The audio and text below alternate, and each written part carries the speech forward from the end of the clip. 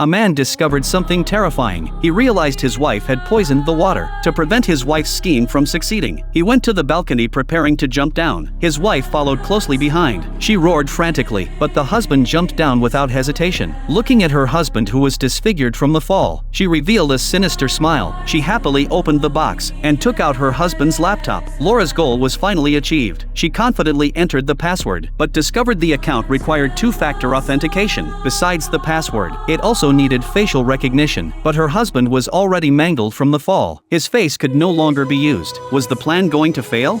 Laura didn't give up. She went to her friend Arthur's studio and lied that her husband had accidentally fallen from the building. She also acted extremely sad, hoping he would make a model of her husband to commemorate her lover. Arthur didn't refuse Laura's request because he had co-founded a film company with Laura's husband. An accident had occurred during that time. While filming underwater shots, an actress drowned in the water. This incident made Arthur feel extremely guilty. He blamed everything on himself. Soon after he finished making his friend's model, Laura opened the box with great anticipation. What she took out was a nearly perfect replica. She couldn't wait to try opening the computer. After passing the first layer of verification, she actually successfully logged in, then immediately found what she needed. After completing this, she called the company, requesting the video footage she had just processed. However, the company told her the footage had already been taken by Arthur. This shocked Laura somewhat. Before she could say anything, she saw Arthur's figure on the surveillance. It turned out Arthur had discovered some clues in the recording. The actress's distress signal light had been turned off by someone, and the culprit was actually Laura. Facing Arthur's questioning, Laura showed no remorse at all. She believed the actress was deliberately provocative at the time, not taking the filming seriously. Therefore, she gave her a warning, emphasizing this was a series of accidents. Arthur was somewhat speechless. He threw the videotape into the fire, then turned and left. Laura's anxious heart finally relaxed. She used a wooden stick to retrieve the videotape and found there were deliberate processing marks inside the packaging. The part about turning off the lights had been edited out. Obviously, it had been taken away by Arthur. At the end of the story, at the company's evening party, Laura was giving a speech. Suddenly, a video played behind her. It was exactly the evidence she desperately wanted to destroy. In panic, Laura could only flee the venue. However,